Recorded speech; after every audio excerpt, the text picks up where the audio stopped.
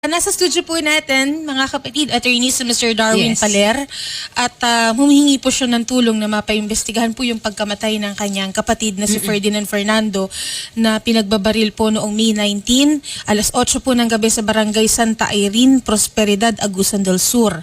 At una sa lahat, sir, ang aming pong taus-pusong pakikiramay.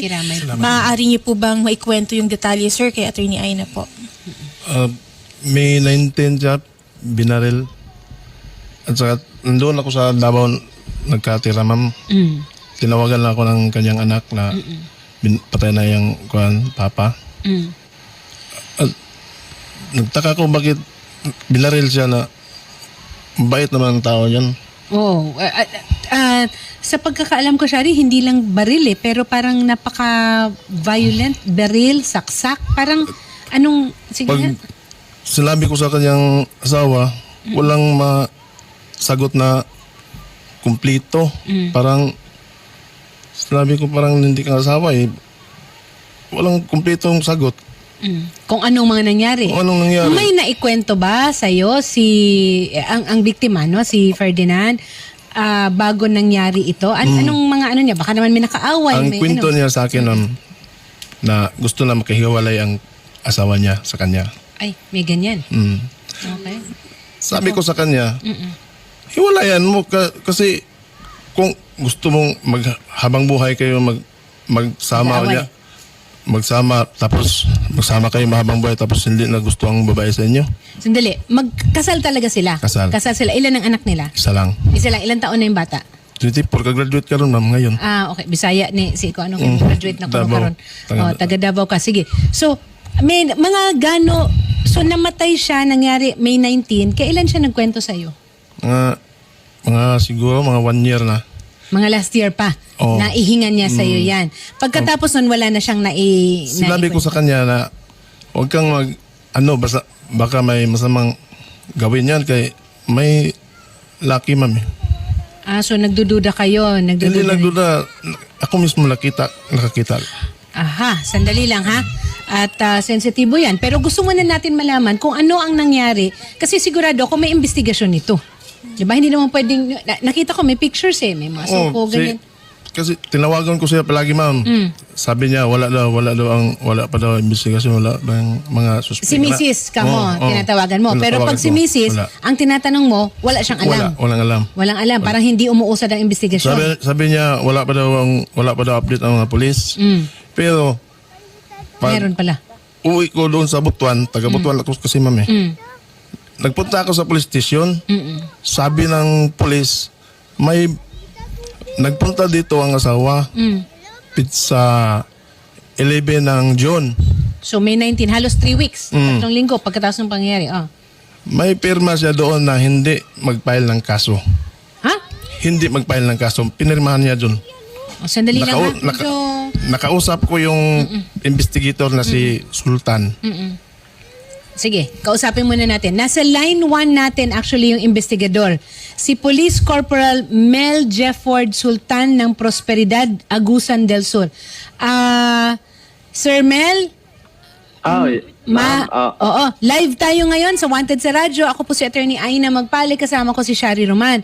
Sir, gusto lang namin magpa-update. Ano ba ang nangyari dito sa biktima na si Ferdinand Fernando? Yung pinatay. Ano po ang resulta ng investigasyon ninyo? Magandang hapon po, attorney. Yes. Sir, magandang hapon din po, sir, at sa lahat din po, sir. Ma'am, as far as amang investigation po, ma'am, may suspect po, ma'am, pero ang sa amin, ma'am, okay man naman po, di ba? Di ba, ma'am, sa pag mag-file ng complaint, ang asawa is dapat mag-complainant. Pag affidavit of desistance yung asawa, pwede naman po, ma'am, na yung sir, yung brother-in-law ni late Fernando ang mag-file, provided lang natin ang witness. Pero kahit ngayon, ma'am, yung witness natin, ma'am, is di na namin mahirap hanapin na yung witness, ma'am. Sandali lang ha. Yes po, ma'am. Paano pinatay? Gusto ko muna malaman, paano pinatay? Nung nakita ninyo, okay, ma'am. Sige, ma'am. investigation, Fact of the case na lang, ma'am. Ito, ma'am, yung nangyari. Si Sir daw, ma'am, pag galing sa bahay, papunta ng kaniyang sari-sari store doon sa Purok 11, Santa Irene. Tapos ito, ma'am, nangyari, nag-drive siya sa kaniyang motorcycle. While driving siya, ma'am, may nakabuntot sa kanya na motorsiklo din, dalawa sila, at doon siya binaril at ang tama niya sa likod. Ilan ang tama? Tingnan ko muna sa report, ma'am, ha? Tingnan mo ha, binaril sa likod. Ano yan? Ano ba tawag mo dyan sa traidor na pagka-baril yan eh. Pero dito, Yes po, ma'am. Yes, ma'am. Okay, Wait lang, ano ma'am. pa? May tama sa likod, dito. pero may tama rin sa mukha, may tama rin sa harap, bali ang kamay, Putol ang kamay. putol ang kamay, baka naman dahil dun sa nahulog na siya sa motor. Sa pagka, ma'am, yung pagkatumba na niya, ma'am. Saan pa ang tama niya? Wait lang po, ma'am, ha? Tsaka iisang klaseng baril lang ba ang may ang ginamit o Opo, ma'am. Isa lang po, ma'am. isa lang? Isa rin lang ang weapon, baril lang o sinaksak din ba? Hindi na sinaksak, ma'am. Baril lang, ma'am. Tapos umalis na agad, ma'am, pagkatapos ng pangyayari. Okay, pero may nakakita. Ma'am. Tinatry namin yung investigation, ma'am, doon. Medyo mahina. Tinatanong namin yung mga tao doon, ma'am, kung may nakakita ba. Pero sure, ma'am, may nakakita talaga doon kasi maraming tao doon, ma'am. Okay. Walang willing na mag-witness kasi, ma'am. Okay, Kasi sandali lang ha. Standby ka lang Okay dyan po. muna, Corporal Mel Jefford Sultan ha. Standby ka lang. Aralin mo ulit yung investigation report. Kausapin lang natin si Jeline Fernando, nasa line 4, ang misis mismo ng biktima. Jeline, magandang hapon sa'yo. Magandang hapon po, ma'am. Jeline, nandito ang brother-in-law mo, so ang kapatid ng asawa mo. Nandito si Darwin Paler. Ba't magkaibang apelido niyo? Sa Kasi ho, ma'am, half-brother sila, ma'am. half-brother kayo. Sa mother side lang sila po. Okay. Jeline, sa pagkakaalam mo, ano ang naging resulta ng investigasyon sa pagkamatay ng asawa mo? Yun nga ho, ma'am, inimbestigahan. Lahat naman dito, inimbestigahan naman. Kaso wala naman talaga hong makita na yung kung paano, ba't nangyari. Wala ba sila nakitang motibo? Balikan ko si Investigador Corporal Mel Jefford. May nawawala ba doon sa biktima? Pera? Relo? Sa ngayon po, ma'am, wala naman pong kinuhang mga valuable things, ma'am. Nandun lang, wala lang namang relo na nakalagay. Tapos Cellphone. yung singsing, ma'am, Cellphone. nandun yung singsing. Okay, yung cellphone niya, nahanap ba ninyo? Wala siyang cellphone dun, ma'am. Walang cellphone. Jeline, may hawak pero- ba cellphone ng asawa mo? Wala po, ma'am. Hindi siya lang, nagsiselfone? kaldero lang. Nandito sa tindahan lahat ng gamit niya. Kaldero lang yung dala niya dahil nagpapakain ng aso. Okay, so papunta sana siya sa Angeline. Ikaw, mas alam mo ito. Papunta siya saan? Pauwi na po siya, ma'am, sa tindahan namin. Pabalik na ng tindahan. Opo, ma'am. Normal ba niya ito na routine na ginagawa araw-araw? Oh, yes, ma'am. Okay. Every day, every night. Yun talaga yung routine. Pati yung routine oras. niya. Pati yung oras. Ang oras, ma'am, iba-iba kasi minsan ho, pagka ganong oras, marami pang tao sa tindahan. Pag So, medyo mahina na wala ng tao, tsaka pa siya umuwi at Okay. Minsan din ako din ang umuwi. Okay. Jeline, bakit ka nag-affidavit of desistance? Bakit hindi mo gustong magkaso o ipagpatuloy man lang? Kasi pag na-affidavit of desistance ka, parang, syempre, baka mawala na rin ng gana yung mga investigador na Hindi, ma'am, sinabi ko naman po, ma'am, na willing naman po ako if ever na meron man. Kasi yung, ma'am, inasikaso ko muna yung pag-aaral ng anak ko at saka yung ma-file ko muna yung sa insurance. Yung sa fee ko lang po kasi yon ang hinahanap. Anong hinahanap? Yung Sa ma'am, yung certification ba, kumbaga, ma'am. pero hindi kailangan ng affidavit of desistance. Sino ang nagpapirma sa'yo ng affidavit of desistance? Kasi hindi ito ordinaryo na hindi yan normal na proseso. Sino Hindi ang kasi ako po kasi ang pumunta doon, ma'am Oo nga, tapos, Yun nga, hinihingi ko po yun. yung affidavit of desistance? Opo, ma'am. Bakit? Kasi ho, ma'am, kami lang ho dalawa ng anak ko. For safety na lang po, ma'am. Kasi dito sa amin, Natakot ka? opo, ma'am. Natakot ka na ano? Kasi hindi yun normal, ma'am eh. Baril yun, ma'am eh. Oh. Na-trauma nga ako within ilang weeks kasi may tao daw na patingin-tingin sa labas ng bahay. Maaga akong nagsara ng store kasi marami din sa kalsada daw patingin-tingin. Okay. Yung ganun Meron po, ka ma'am. bang alam na may galit sa asawa mo? Meron ba kayong pinagkakautangan na hindi nabayaran? Ano bang... Sa ano mga bang- ganyan ma'am, sa mga ganyang bagay, ma'am, wala po, ma'am, dahil wala naman po kaming ganyan. Oh, so ano ano- lang talaga, ma'am, yung daily routine lang po namin sa tindahan, ma'am, yung makahalubilo niya yung mga customer. Ma'am, super marami naman po ang nagbigay ng ma'am, ng mga feedback ba kung ano talagang klase yung asawa ko. Pero, ma'am, ano yun, kanang mabait yun, walang bisyo. Kaso lang, yun lang talaga, ma'am, kahit sino dito, tanungin mo, yung bang, kung magsalita siyang matulis, masakit, kahit ako nga asawa niya mismo. Kayo ba? Umiyak na lang eh. Kayo ba? Makaiyak dahil masakit siyang magsalita. Siguro sa ibang tao hindi tanggap. Okay, so ibig mo sabihin may kasi yun lang nakasagutan kasi siya? yun lang kasi ang daily routine talaga, ma'am. Oh, so- Ang karamihan lang na makalubilo niya is yung customer lang. Okay. Yun lang po. Okay, kayo ba ay nagkaroon ng alitan? Kayo, nag-away ba kayong mag-asawa nitong huli? Wala po, ma'am. Ang Wala sit-sit naman. nga namin. Opo, ma'am. Sit-sit nga namin eh. Dahil Okay. rating na yung graduation ng anak namin. Bakit niya naisabi daw dito sa kanyang kapatid na parang gusto mo nang iwanan siya? Uy, Last year daw. Sino may sabi? Ang biktima, ang asawa mo nag-confide. Sabi sa akin. Sige, ikaw Nagkwento magsabi, niya sa Darwin. akin na gusto ka na magkihiwalay sa kanya. Oh, bakit daw? Bakit daw? Na Sige, binisay ano lang. nadumduman mo itong kuhaan ba yung kalimutan ko, ma'am. Pero kailan sinabi sa iyo yan ng asawa niya? Naglayas niya, ma'am. Sabi ng kuya ko, Wing, wala na dito si Jeline. Naglayas, pumunta sa kanyang laki. At Yun ang hindi totoo. Siguro Hindi mga ako naglayas, siguro mga nagpalamig tatlong araw. lang ng utak. Dinala mo yung sasakyan, dinala mo. At Hindi babalik ko ka ng dinala. mga Ilang trailer oras siguro. lang umuwi ako ng bahay. May uncle ako dito na retired police. Siya Yun nagsabi, ang nagsabi amin. sa akin. Siya nagsabi sa akin. Hindi ako magsabi ng ng hindi totoo. Sandali lang. Malayo dito Manila eh. Sandali lang, Jeline, ha? Kausapin ko lang muna si Lieutenant Colonel Wilson Corpus. Meron kang retired na tsuhin, Jeline, na polis? Yes po, ma'am. Yes po, ma'am. Saan? Saan siya Dito po. retired? Diyan sa Dito po Agusan? sa Agusan.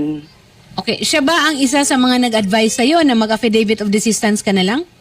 Hindi po, ma'am. Wala Hindi. po silang advice na ganon. Sinagot ko lang po yung sinabi ng half-brother ng asawa ko. Kasi yung sinabi niya, yung ilang oras lang yon ay umuwi ako. Dahil yon ang sabi ng nagpatulong doon, humingi ng tulong doon yung asawa ko na pauwiin ako. Andito lang ako sa malapit, nagpalamig lang ng ulo. Dala ko Okay. daw yung kotse. Kailan dinala kong kotse pauwi ng bahay. Okay. Kailan nangyari yan, Jeline? Yung away ninyo na yan? Last year pa, ma'am. Last year. 2020 Okay. Wala ata. namang Oo, ibang yun. naging insidente. Wala naman po, ma'am. pagkatapos Wala nun? na ho yun, ma'am. Malinis na po yun. Wala na yun. Ano naman Gabi ang na nga dahilan? kami. Walang dahilan. Ma'am, so far, ako mismo ang nandito. Nandito Oo. yung mga tindira ko. Andito Oo. yung mga kapitbahay. Lahat. Ma'am. Maayos naman. Ang lang talaga, ma'am. Okay po, ma'am. Maayos naman, ma'am. Ang routine lang ho talaga namin dito, ma'am, is yung daily routine lang po namin. Yung makihalubilo ka Okay. sa customer. Sige. Kasi minsan po, ma'am, may customer kami na, yun bang, anong tawag nila dito, yung NPA ba, yung ganon. Mga tagagawas. may nag-confess. Opo, ma'am. Mismo may kasamahan siya kasi president ng Hague Reserve. Asawa ko, vice president. Pumunta siya ng Lamay. Sabi nga niya, ma'am, na ikwento daw sa kanya yung nangyari doon sa tindahan. Hindi ko alam po na yun ang nangyari. Na ikwento daw po sa kanya na yung dating NPA daw yon, nakakilala niya, yun, may sinabi sa kanya na ito daw ang taong to at saka ito daw yung asawa ko ay nagkasagutan dahil ho bumili ng yung guma sa aming guma, yung pangpali sa Mga ligid. motor. Opo. Okay. Gulong. Opo, ma'am, yun, sinating na gulong. Doon daw, sinabihan siya ng masakit at masama. Okay. Ewan ko, So, basta ibig yun ang sabihin may sinabi. mga leads. Sandali lang. Yes, ma'am, yun lang talaga, ma'am, yung daily routine lang talaga, Okay. ma'am, ang nakita kong dahilan. Sige, Pero kasi- hindi ko mapinpoint kung sino-sino. Okay. So siguro kasi Jeline, ang gusto rin lang naman ni Darwin ay mabigyan ng mas maliwanag na kumbaga closure ba? Kung ano ba talaga nangyari? Kung may suspect O ba? yes, ma'am, may ganyan. yun, ano ko, ma'am, yun nga ang Oo. pinag-usapan ng anak ko, ma'am, dahil wala naman talaga kaming makita na, ma'am. Na dahilan? Kasi, opo, ma'am. Okay, Kahit sige. sino, ma'am, dito, ma'am. Sandali lang, Jelena. Kausapin natin si Police Lieutenant Colonel Wilson Corpus, ang Chief of Police ng Prosperidad, Agusan del Sur. Magandang hapon po, Colonel Wilson. Magandang hapon, ma'am. Yes, magandang hapon po. Live tayo ngayon sa Wanted sa Radyo. Ako po si Attorney Aina Magpale. Kasama ko si Shari Roman. Sir, ano na po ba ang status nitong investigation sa pagkamatay ni Ferdinand Fernando? Consider close na ba yan? Hindi naman siguro. Hindi naman po, ma'am. Inaantay po natin yung mga complainant natin na punta ulit dito. Kaya kasalukuyan pa man natin na kinukuhanan ng mga detalye. Kung may maganda po na cooperation yung kapulisan natin at saka yung sa mga parties natin, mas madali po natin itong Okay. I am assuming po na yung scene of the crime, kasi mahigit 2 buwan na ito, no? I'm assuming na yung scene Yes, of the ma'am. crime is wala na talaga tayong makukuha doon or anything. Pero yun po siguro cellphone niya, meron bang mga threats na natanggap? Tapos itong mga allegations na, yun nga, na meron daw sumusunod-sunod. At saka kung merong alitan o merong nakasagutan, meron po ba tayong mga leads doon? Kasi parang ano po yung pagkabaril sa kanya from the likod mula likod. Yes, Ayoko namang isipin na baka mamaya mistaken identity lang pala. Yes, ma'am. Tinitingnan po lang natin yan, ma'am. Pero yung mga pan natin, yung may makapagbigay ng mas klaro po sa mga nangyari, ma'am. Oo. At hinahanap dyan. Mahirap man po tayo na mag-guide. Sir, tanong ko, oo, Yes. napuputol-putol tayo. Pero, so, klaro, Shari, na hindi closed yung kaso, ha? So, Darwin, magkamualala, hindi sarado yung investigasyon. Pero kung ang police, ang ating kapulisan, ay wala ring leads. So, kaya ako tinatanong, Colonel Wilson, prejudiced ba tayo dahil nag-affidavit of desistance ang wife? Will that affect the investigation? At pwede man po na, ma'am, na yung sa kay may iba man po na naglitaw. Complain na pwede man po natin i-reference para kung ano yung mga advice niya yung mga ating Okay. So, refer natin sa dito. okay. Kasi gusto ko lang ipanong, kahit kasi may affidavit of desistance, tuloy pa rin naman, Shari, 'Di ba? Siguro ang hinahanap, Sir Darwin, anong gusto niyong itanong kay Colonel Wilson? Sa akin lang, ma'am, yung pag tanong ko sa police, sinabi niya na may suspect na at may witness. Kaso lang, ang asawa hindi mag-file ng kaso. Paano yun masulbad yung problema kung hindi mag-file ng kaso? Okay. Colonel Wilson, hindi na, sa pagkakapaliwanag niyo, tama ba ako, hindi na prejudice yung pag-file ng kaso just because nag-affidavit of desistance ang wife. Tama ako? Yes, ma'am. Oo, kasi pero criminal- yan, surely, i-confirm pa nato sa atong piskalya. Oo. So, kasi pwede, it's a crime against the state kasi, Shari. Hindi ito private crime na tinatawag na kailangan ang complainant talaga is a person or party in interest directly Pag related. punta ko doon sa ila, ma'am, wala pang 40 days, nag-40 days na sila. 27, nag-40 days na. Anong nag-40 days? May 40 days naman yan. Galing pag... Sa kuan, sa haya, sa pagkamatay. May 40 days yan. Oh. Pizza 19. 27 pa lang 40 days na sila, naghanda na sila pagpunta ko doon. Baka naman baka naman may ibang paniniwala o Taka ko eh. balikan ko si Ma'am Jeline. Ma'am Jeline, tama ba? Totoo ba na wala pang 40 dias parang sinara nyo Hindi, na? ma'am. Ang una kasi, ma'am, 27. dapat mag 40 days siya is yon sa 28. Tapos, yung mga dito, kaanak ko, ang sabi, ay hindi, dapat ganito. Dahil dito siya namatay, dito tayo mag-umpisa. So, yun, nag-umpisa yung niya, 19. pang-achieve. 27, nagkuha sila. Hanggang mag, siya, Hindi pa 40 days. So, yun lang ang sinusunod. So, yun lang ang, dahil yun ang mga ligas naman dahil sa kaadlaw. May Oo. 19, June 27. Oh. Okay, Pero- mo may pero kuan hindi, ma'am. Ang hindi una yan. adto ma'am sa napasayo Hindi. nga. Di Father. ihap na kano sa ang 40 days, kano sa ang kuan. So ano lang, Okay. dili dapat dapat mag last Magsugod limit sa- sa pangaji dito na sa cemetery. Wa man Okay. may question ma'am.